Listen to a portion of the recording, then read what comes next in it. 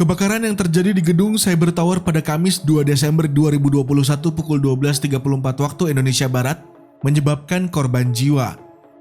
Tak hanya korban jiwa, kejadian ini juga menyebabkan masalah dalam akses internet seperti akses website dan aplikasi tertentu.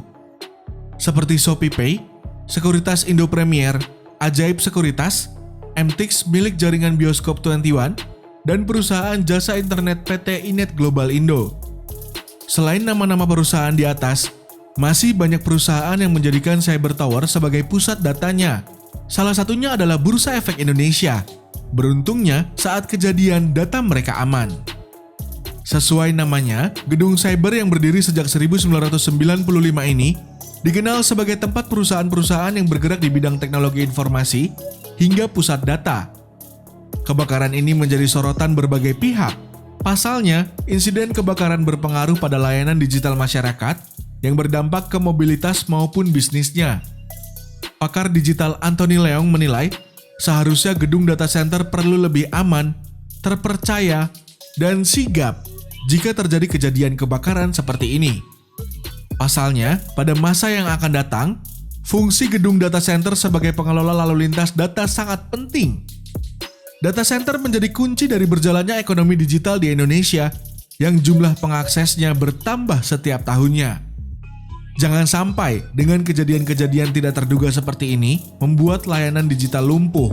Perlu ada standar gedung yang baik dan memang layak untuk menjadi data center.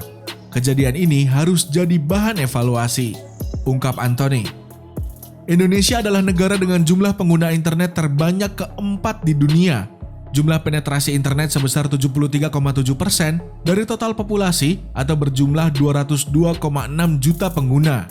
Dengan masifnya penggunaan sistem digital untuk bisnis, menurutnya, Cyber Tower dan sejumlah gedung penyedia jasa data center harus memiliki sertifikasi layak fungsi dengan prosedur untuk data center standar internasional. Selain itu, penyedia jasa juga memiliki prosedur yang mengedepankan keamanan data, seperti lokasi recovery data center agar tidak terjadi gangguan layanan ketika blackout terjadi. Kita sudah banyak mendengar berita kebocoran dan kehilangan data dari kesalahan-kesalahan teknis yang bisa diminimalkan atau bahkan dihilangkan. Saat ini, data adalah aset luar biasa kita. Bocor dan hilangnya data akan sangat mengganggu perkembangan ekonomi digital, ungkap Anthony. Sejauh ini, Anthony mencatat terjadi pertumbuhan pengguna internet berkontribusi ke pertumbuhan sektor informasi dan komunikasi Indonesia sebesar 10,58% pada 2020. Angka ini terus naik di kuartal kedua tahun 2021. Kenaikan terjadi sebesar 6,87% secara year on year meskipun masih dalam kondisi pandemi COVID-19.